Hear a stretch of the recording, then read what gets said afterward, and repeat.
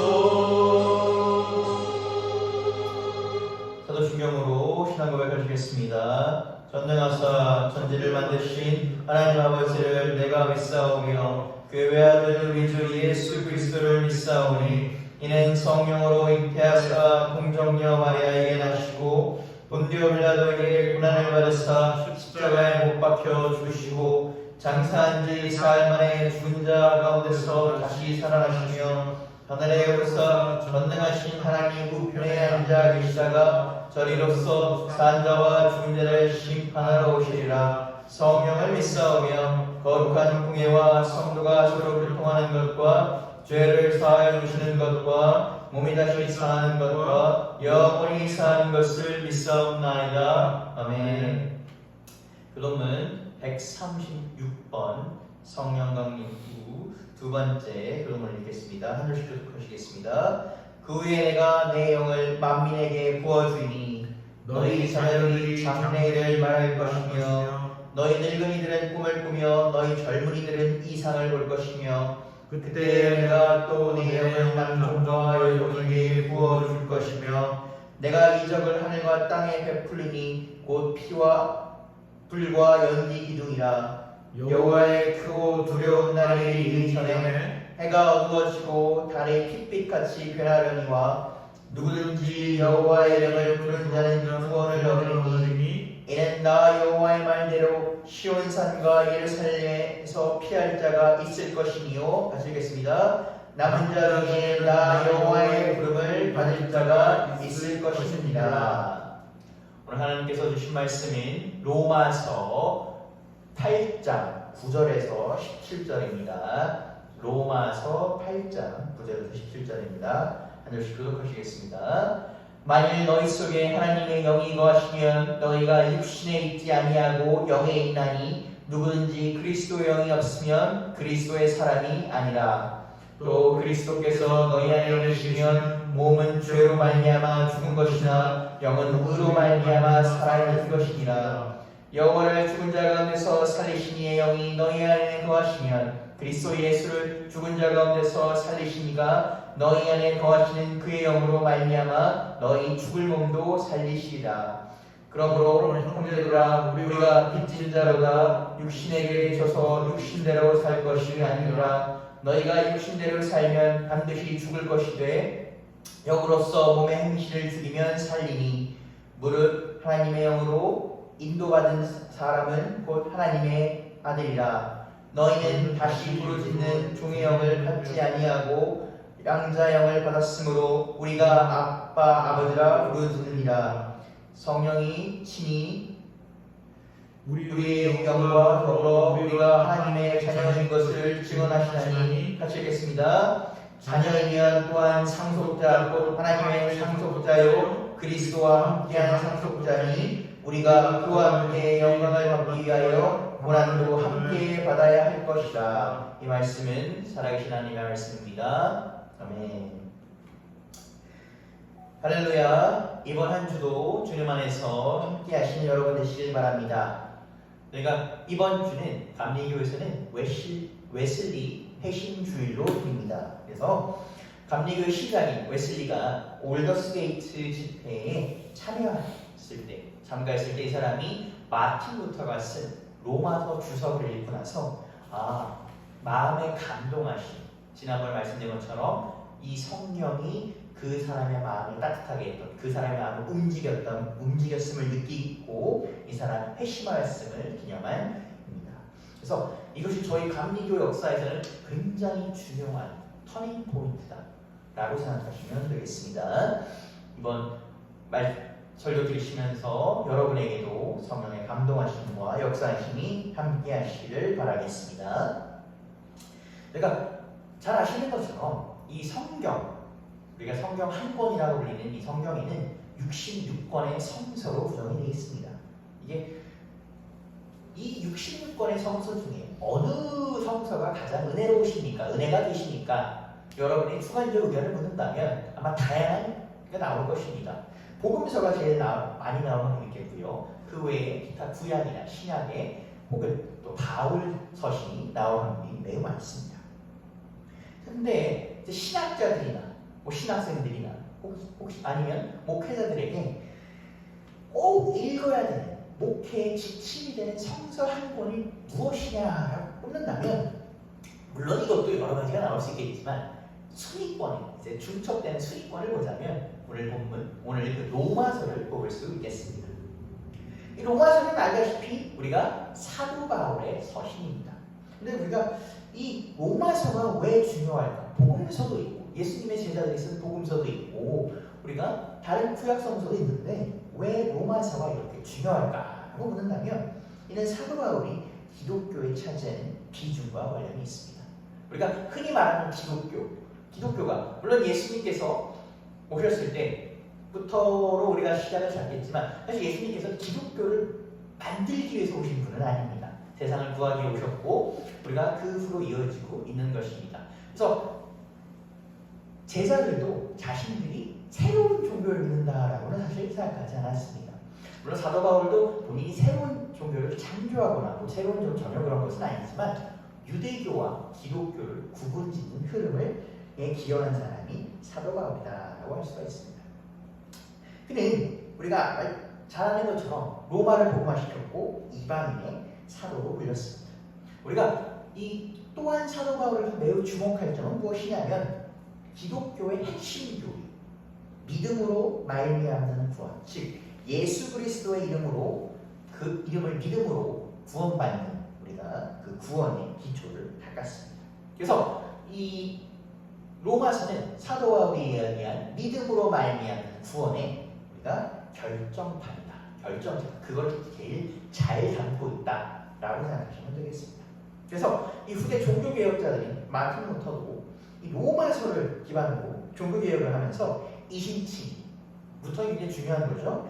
믿음을 통해서만 구원받음을 역설하였고, 우리의 감리교 시작이라고 할 수 있는 웨슬리에게 이어져서 웨슬리도 이 올더스게이트 회심에서 로마서 주석을 읽고 이 사람이 성령의 감동하심을 받고 예수 그리스도를 통해서만 구원이 있고 본인의 구원받았음을 확신하였다라고 합니다.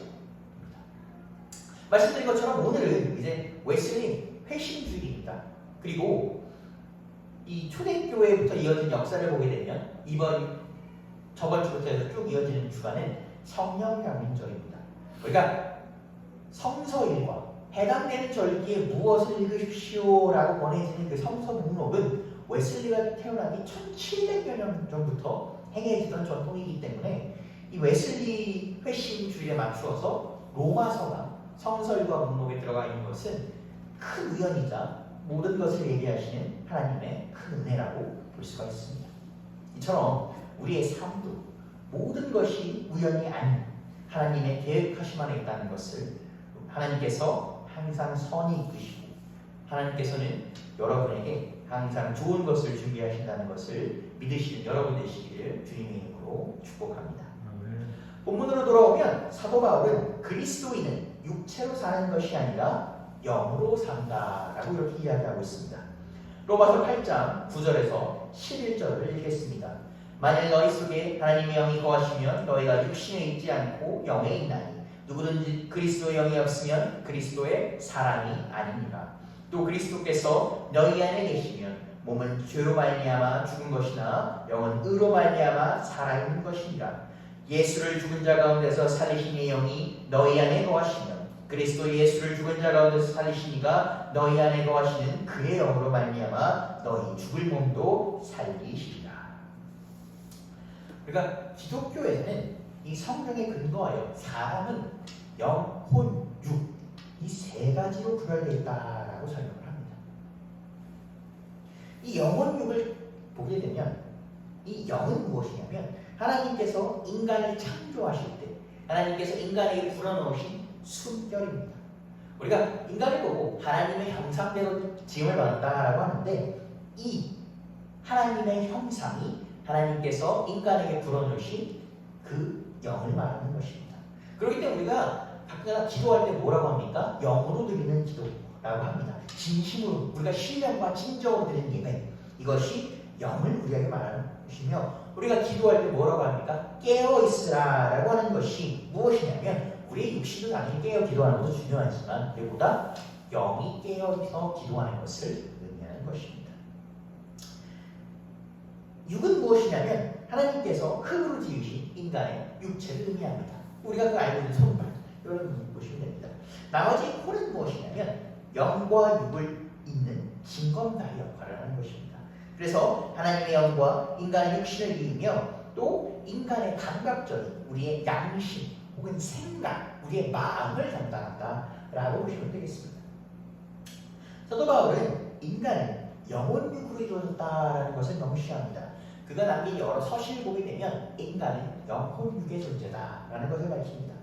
그러면서 오늘 본문에서 나온 것처럼 예수 그리스도를 믿는 그 기독교인은 육으로 사는 것이 아니라 육신으로 사는 것이 아니라 하나님의 형상인 영으로 살아야 된다라고 얘기합니다.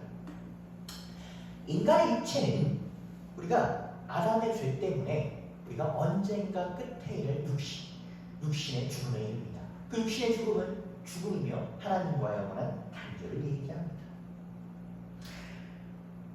예수님을 알지 못하는 사람은 영이 죽은 사람입니다. 그러므로 그는 영으로 살 수 없기 때문에 어떻습니까? 육신의 죽음에 갇혀야 하고 그것이 그를 기다리는 것입니다. 성경에서 우리가 범죄한 아담을 하나님께서 에덴 동산에서 내쫓으실 때 아담이 에덴 동산에 있을 때처럼 영으로 사는 것이 아니라 어떻게 하십니까? 육신으로 살게 하십니다. 육신이 수고한 대로 살게 하시는 것입니다. 우리가 이 두 땅을 밟고 살면서 인간의 육신이 고생하는 것, 인간의 육신이 열심히 사는 것은 매우 중요한 일입니다. 당연히 우리는 하나님께도 구할 때 우리가 열심히 하면서 구해야 되는 것입니다. 그런데 우리가 육신으로 맞이하는 일은 이 세상 가운데 육신으로 경험하는 일은 어떻습니까? 어려운 일이 많고 고난이 많고 참 우리 생각으로 안 풀릴 때가 많습니다. 내 생각으로 이렇게 하면 될 것 같은데 이렇게 하면 될 것 같은데 참 그 생각대로 돌아가지 않을 때가 많습니다. 인간의 능력이 아무리 대단하다 하여도 우리가 세상 가운데 정말 대단한 능력을 가지고 있는 사람도 잘 사는 것 같은 사람도 육신으로 사는 것은 힘들지 않다. 나는 정말 불편하다라고 얘기하는 사람은 없습니다. 그 가운데 우리가 어떻습니까? 다 힘듦이 있고 지침이 있고 쓰러지는 경우가 있습니다. 오히려 우리가 저 사람은 아무 고난이 없을 것 같다. 연예인들 보게 되면 저 사람은 아무 힘듦이 없을 것 같다 라고 하는데 그 사람들은 오히려 합니까? 육신의 고난과 영의 고난까지도 통하는 경우가 많습니다. 이처럼 우리가 영이 죽고 육신으로 산다는 것은 어려운 일입니다. 그렇게 사도 바울은 그리스도인은, 예수 그리스도를 구주로 영접한 그리스도인은 육신이 아니라 하나님의 영으로 사는 것이고, 그 하나님의 영은 하나님의 형상으로 나온 것이기 때문에 하나님께서 주신 지혜와 예수님께서 주시는 능력으로 세상을 이기는 것이다 라고 증언을 합니다. 즉 영으로 사는 사람은 육신의 능력으로 사는 사람이 아니라 하나님께 이끌려서 하나님께서 이끄신 대로 사는 삶입니다.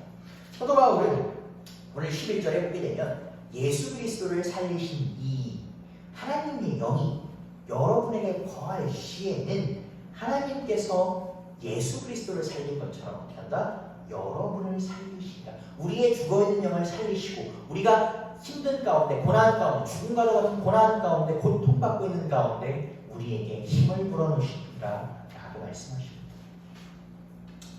사도 바울은 갈라디아서 2장 21절에 다음과 같이 고백을 합니다. 내가 그리스도와 함께 십자가에 못 박혔나니 그런즉 이제는 내가 사는 것이 아니요 오직 내 안에 그리스도께서 사시는 것이라. 이제 내가 육체 가운데 사는 것은 나를 사랑하사 나를 위하여 자기 자신을 버리신 하나님의 아들을 믿는 믿음 안에서 사는 것이라. 그렇게 사도 바울은 영으로 사는 자, 하나님의 영이 이끄신 대로 사는 자는 육신, 십자가에 못 박힌 예수님, 우리가 예수님께서 십자가에 못 박힌 사건을 동양 신학자들은 어떻게 얘기하냐면 우리가 눈으로 볼 때 예수님께서 십자가에 못 박힌 그 육신은 무엇이다? 우리의 육신이다 라고 얘기합니다. 왜? 죄를 받을 것은 우리인데 예수님께서 대신 못 박히셨기 때문에. 그렇기에 우리의 옛사람, 그 십자가의 우리의 옛사람은 예수님과 함께 죽고 내 안에 예수님을 모시고 하나님의 영과 함께 사는 것이다 라고 이렇게 설명하고 있습니다. 로마서 8장 12절에서 14절을 읽겠습니다. 그러므로 형제들아 우리가 빚진 자로다 육신에게 져서 육신대로 살 것이 아닙니다. 너희가 육신대로 살면 반드시 죽을 것이오되 영으로서 몸의 행실을 죽이면 살리니 무릇 하나님의 영으로 인도함을 받는 사람은 곧 하나님의 아들이다. 우리가 육신대로 사는 것, 여기서 보게 되면 몸의 행실을 죽이면 살리. 우리가 육신대로 사는 것은 어떻습니까? 쉽습니다. 이거 고치기가 어렵습니다. 쉽게 생각해 본다면 우리 사람은 살면서 많은 버릇을 가진다고 합니다. 뭐 3살 버릇 여든 간다는 말처럼 이 인간의 버릇과 습성은 쉽게 고쳐지지 않습니다. 모두 누군가에게 어떤 버릇이 있는데 저도 마찬가지입니다. 저희 개인적인 고백이라면 저는 다리를 굉장히 제가 떠는데 이게 평상시에 안 떨어야지 라고 집중을 하면 좀 덜 합니다. 그런데 저도 모르게 긴장을 하든가 걱정을 하든가 혹은 집중을 하게 되면 정말 죄송하지만 정말 미친 듯이 다리를 떨 때가 있습니다. 저희 부모님께서 저한테 야 다리 좀 그만 떨어라 라고 하시는데 이게 좀 죄송한데 잘 안 고쳐집니다. 우리가 인간은 이렇게 작은 버릇 하나, 이 작은 몸의 이 습관 하나 고칠 수가 없는 것입니다. 그러면 사도 바울이 얘기하는 몸의 행실, 더 본질로 나아가 이 인간의 본성, 습성은 어떻겠습니까?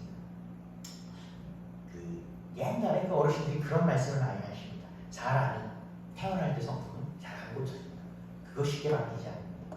우리가 교회를 오래 다니신 분들도 그대로 그 습성대로 사시는 분들이 많습니다. 그것이 뭐 좋고 나쁘고는 그거는 떠나서 사람은 잘 안 바꿔질 때가 많습니다. 그러나 사도 바울은 오늘 뭐라고 얘기합니까? 당당히 몸의 행실, 몸이 우리가 육신대로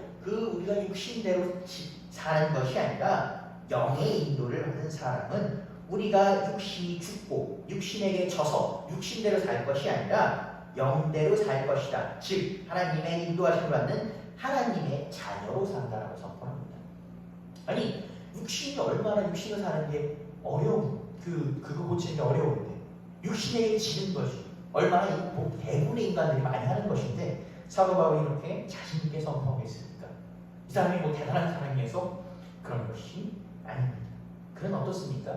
그 자신 자체가 육신이 죽었고 영이 다시 살아를 고백했던 사람입니다.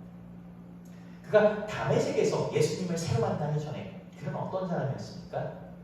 그는 물론 그 당시 최대의 지식인이었지만 그 지식에 빠져서 하나님을 열심히 믿는다고 했지만 잘못 믿어서 예수님을 몰랐고 예수님을 부인했고 예수님을 박해했습니다. 예수 믿는 사람을 붙잡아다가 죽였으며 예수 믿는 사람을 잡아다가 모욕했습니다. 그는 살인자였고 살인교사범이었습니다. 그런 그가 다메섹에서 예수님을 만나니 어떻습니까? 그의 육신이 죽었습니다. 사울이었던 그가 큰 자로 알려졌던 사울이 바울 작은 자가 되었습니다. 그러니까 사울은 큰 자라는 거고 바울은 작은 자라는 겁니다. 그 큰 사울이 교만함과 인간의 육신으로 컸던 그 사울이 죽어서 작은 자, 섬기는 자, 사도가 되는 것입니다. 그래서 그는 이렇게 고백합니다. 육신이 죽고 영이 끝내로 사는 자는 하나님의 자녀다라는 것입니다. 로마서 8장 15절에서 17절을 읽겠습니다. 너희는 다시 무서워하는 종의 영을 받지 아니하고 양자 영을 받았으므로 우리가 아빠 아버지라 부르짖느니라. 성령이 친히 우리 영과 더불어 우리가 하나님의 자녀인 것을 증언하시나니 자녀이면 또한 상속자 곧 하나님의 상속자요 그리스도와 함께한 상속자니 우리가 그와 함께 영광을 받기 위하여 고난도 함께 받아야 할 것이라. 아멘.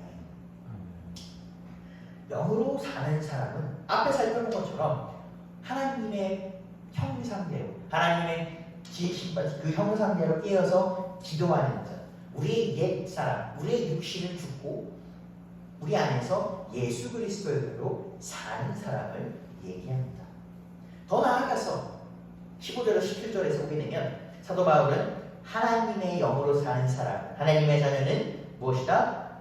하나님과의 즐거움과 고난에 동참하는 사람을 말한다고 합니다. 우리가 교회를 열심히 다니다 보면, 교회를 열심히 섬기다 보면 그런 생각을 할 때가 있습니다. 아니 내가 하나님을 이렇게 열심히 믿는데, 내가 하나님께 이렇게 하는데, 내가 이렇게 하나님께 열심히 있고 이웃들한테도 잘하고 내가 이렇게 성실하게 사는데 나에게 왜 안 좋은 일이 있습니까? 내가 왜 힘듭니까? 하나님? 나보다 더 나쁜 놈들은 잘 사는데 내가 왜 어렵습니까? 라고 생각할 때가 많습니다. 여기서 저를 포함한 당연한 얘기입니다. 저도 그런 생각을 많이 합니다. 하나님, 저는 목회를 하고 싶은 생각이 없었는데 하나님이 이끄신 대로 목회하러 왔는데 하나님의 종으로 내가 교회를 섬기고 내가 하고 싶었던 것을 하나님 하는데 왜 하나님 저에게 안 좋은 일이 있습니까? 하나님 왜 저에게 세상의 복과 금은보화를 막 부어주시면 않는다고 쳐도 왜 저에게 안 좋은 일을 겪게 하십니까? 왜 저에게 이렇게 속상하게 하십니까? 하나님 제가 이렇게 어렵게 하십니까? 하나님 이럴 때가 있습니다.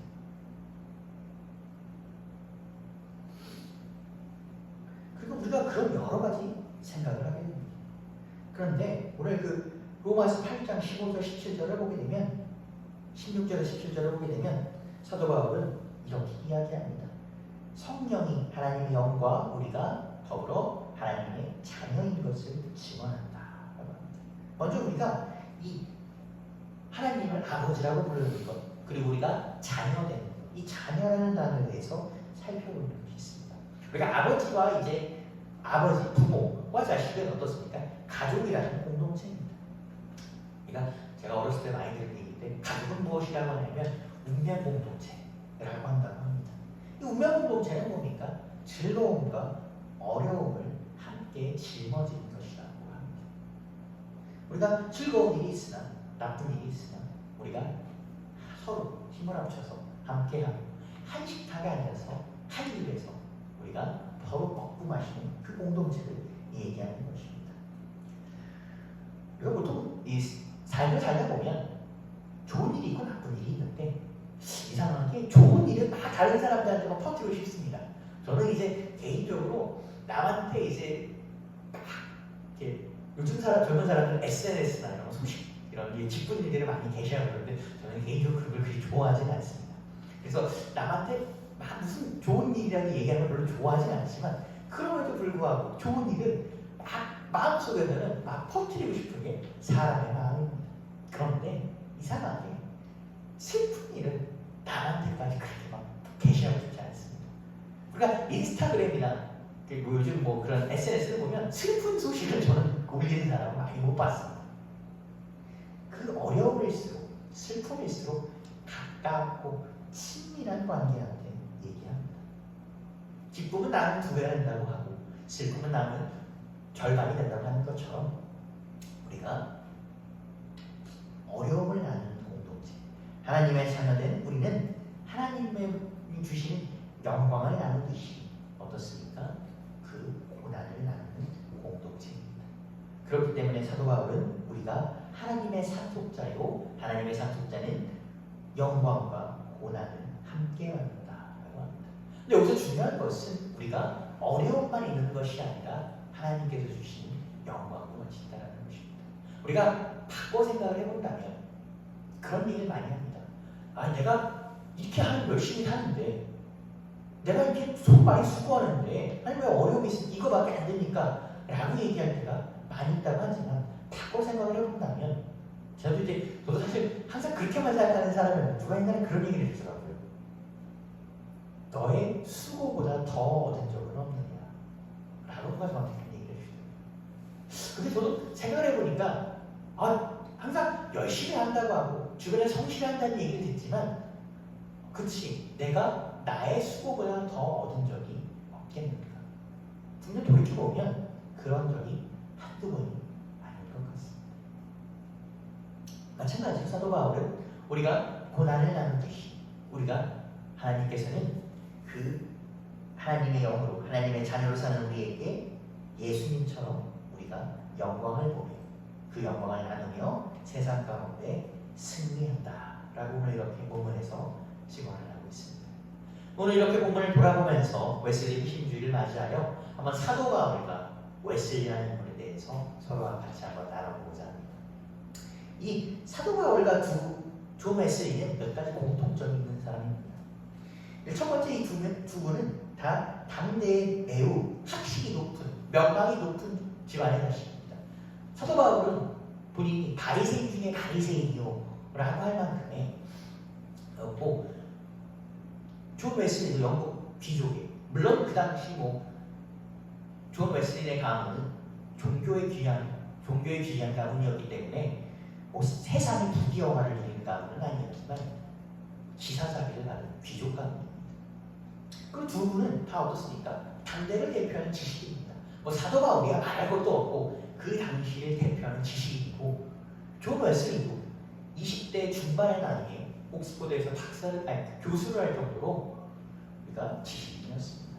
그런데 이들은 이렇게 지식과 또 경건한 생활, 바리새인이었기 때문에 하나님을 믿는 경건한 생활과 어렸을 때부터 철저히 철두철미한 이 경건함과 강건함으로 하나님을 섬겼던 웨슬리가 자신들의 이 기반을 가지고 하나님을 믿었지만 이것은 어떻게 됩니까? 그들에게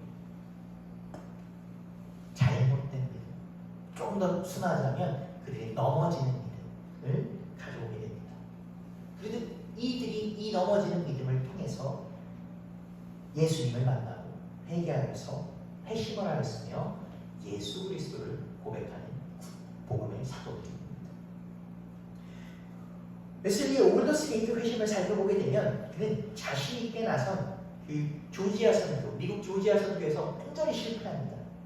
그는 어렸을 때부터 아주 그냥 철저히 정해진 경건한 삶을 살았습니다. 야, 정말 이게 수도사인가 할 정도의 정말 정해진 시간 내에 기도했고 정해진 시간 내에 무엇을 했으며 그 거룩함으로 살았습니다. 그렇기 때문에 그는 이 자신의 경험과 믿음을 바탕으로 선교지에 선교를 합니다. 그런데 예상하지 못하게 그는 철저히 실패합니다. 그의 인생 가운데 첫 번째 실패라고 할 수 있는 그 실패가 그의 가장 성공에 가장 기대한 그 선교지에서 나타나게 됩니다. 그는 사랑의 아픔도 겪고 인간관계의 배신도 당했고 선교지에서 쫓겨납니다. 그러면서 그가 아주 정말 지옥 같은 고난과 고통을 겪습니다. 그러면 그가 편지에 고난합니다. 주여 나를 구원하소서. 그의 일기에 보게 되면 그가 얼만큼 어려웠는지에 대해서 알 수 있습니다. 그가 정말 성령 충만하다고 생각하여 그 믿음으로 복음을 전하러 그 왕국까지 갔는데 복음을 전하러 돌아온 것이 아니라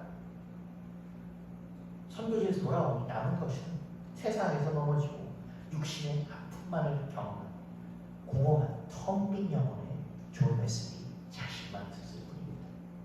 누군가를 구원하겠다고 했지만 본인은 구원의 확신을 얻지 못한 그의 모습만 있었을 뿐이었습니다. 그런 가운데 그는 한 집회에 참여합니다. 그 집회 가운데 로마서를 읽고 나서 그는 어떻습니까? 회심합니다. 인생의 전환점, 믿음의 터닝 포인트를 경험합니다. 그러고 나서는 하나님의 영을 느끼고 자신의 영이 구원받았음을 느낍니다. 우리가 흔히 존 웨슬리의 회심 고백은 내 마음이 뜨거워짐을 느꼈다 라고 알고 있습니다. 그런데 이는 존 웨슬리의 회심 고백의 일부이지 전부는 아닙니다. 그 회심 고백문을 제가 다 읽을 수는 없지만 그 후반부를 읽어드리겠습니다. 나는 내 마음이 이상하게 뜨거워지는 것을 느꼈다. 내가 진정으로 그리스도를 구원을 위해 오직 그리스도만 의지하고 있음을 느꼈다. 그리고 그분께서 진정 나의 죄를 나의 죄까지도 가졌다는 사실과 죄와 사망의 법에서 나를 구원하셨다는 확신이 내게 주어졌다. 여러분, 이 자리에 함께 하시는 여러분, 영혼육으로 함께 하시고 기도로 함께 하시는 여러분, 여러분의 인생 가운데, 여러분의 삶 가운데 사도 바울처럼 웨슬리처럼 하나님의 영을 경험하는 사실을 바랍니다. 여러분의 삶 가운데 하나의 터닝 포인트가, 하나의 전환점이 있기를 바랍니다. 우리가 세상의 힘듦과 육신의 고통, 육신의 어려움에 매이는 것이 아니라 하나님의 영을 의지하여 세상을 이기는, 세상을 이겼던 그들과 같이 하나님의 믿음, 하나님께서 주시는 믿음과 그 영으로서 여러분께서 기도하시면서 살기를 바랍니다. 여러분의 삶 가운데 즐거움이 있던, 고난이 있던 주님께서 항상 여러분을 이끄시기를 주님의 이름으로 축복합니다. 찬송가 기도하시겠습니다. 주님 감사합니다. 주님 이 자리에 불러주셔서 우리 이 자리에 나올 가운데 또 기도하게 하시네 감사합니다. 주님, 우리가 기도할 가운데 우리의 영으로 기도하게 하시고 우리의 영으로 기도드리는 가운데 주님, 우리의 기도가 주님께 전달되게 하소서. 사도 바울이 그랬던 것처럼, 웨슬리가 그랬던 것처럼 우리 가운데 믿음의 터닝 포인트를 우리가 확심하게 하시고 그 터닝 포인트를 통해서 더 주님 앞에 나아가게 하소서. 주님, 우리가 우리의 것으로 하기에는 주님 이 세상에 어려움이 너무 많습니다. 우리가 감당하지 못할 것이 너무 많습니다. 주님, 그 모든 것을 주님께 맡기오니 주님께서 부어주신 그 주님의 영으로 우리가 이기고 담대히 이겨나가고 헤쳐나갈 수 있도록 주님 도와주시옵소서. 우리가 가는 곳곳마다 주님께서 우리를 붙잡아 주실 것을 믿으며 우리의 발자국을 지키는 곳곳마다 주님께서 우리에게 함께하여 주실 것을 믿사오니 주님, 오늘도 우리를 이끌어 주시옵소서. 이 모든 말씀 살아계신 예수 그리스도 이름으로 기도드렸습니다. 아멘. 찬송가 183장 빈들의 마르콜 같이 찬양하시겠습니다.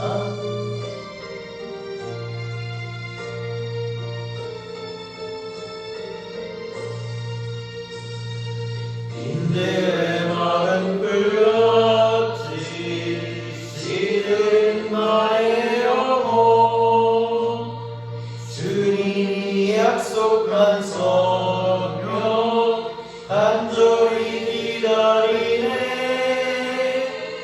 어둠의 마른 땅에 단비를 내리시는 성령의 단비를 부어 새 생명 주옵소서. 한가운 빗소리 들려 상천이 춤을 추